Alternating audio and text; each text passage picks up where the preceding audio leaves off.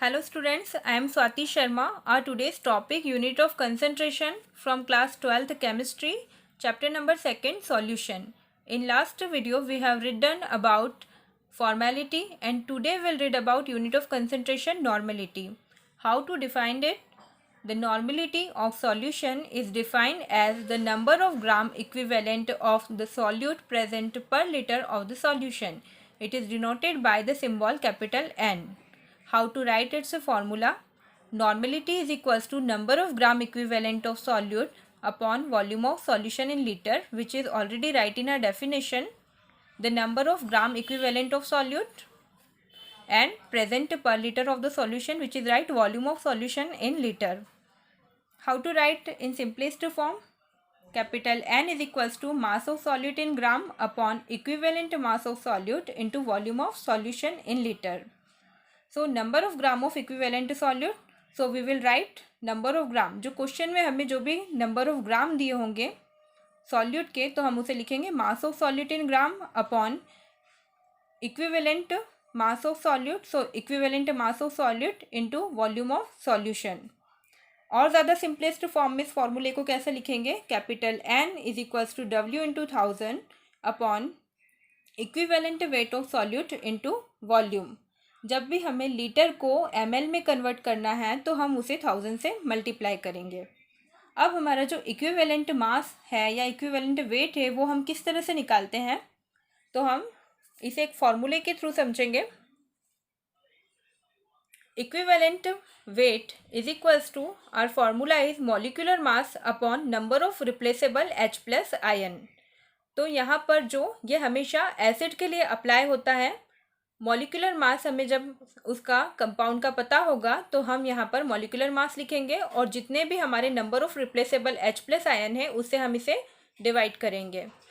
For example हमें H2SO4 का equivalent mass निकालना है, equivalent mass of H2SO4. So we know that molecular mass of H2SO4 is 98.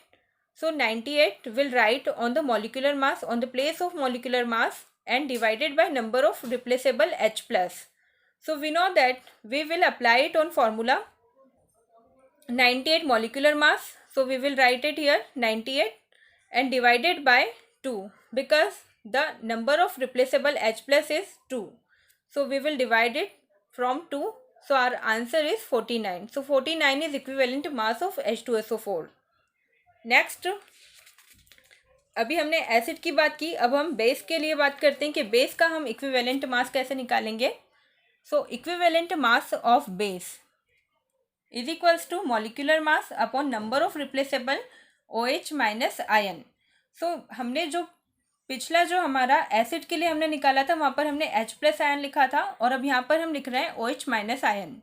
So for example हमें equivalent mass NaOH का निकालना है, तो वी नो दैट NaOH जो है इसका मॉलिक्यूलर मास हमारा 40 है.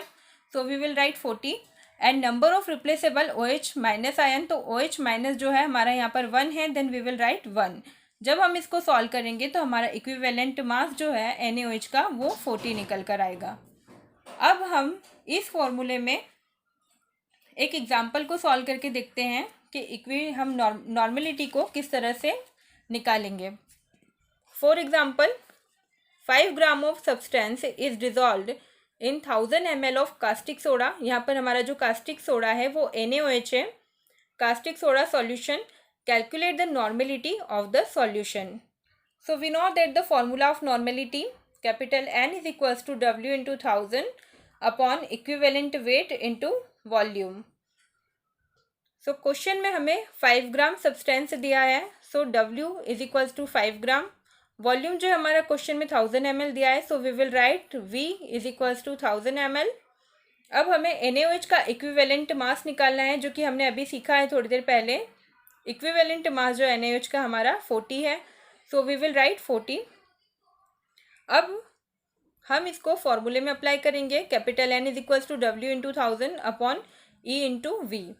सो W के प्लेस पर हम लिखेंगे 5 which is given in our question into 1000 already in our formula upon equivalent weight 40 into 1000.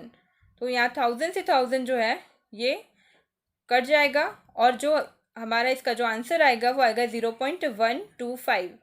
So student, आज हमने नॉर्मलिटी के बारे में पढ़ा। अब हमारी अगली वीडियो में हम यूनिट ऑफ कंसंट्रेशन की नेक्स्ट यूनिट के बारे में बात करेंगे। Thanks for watching this video.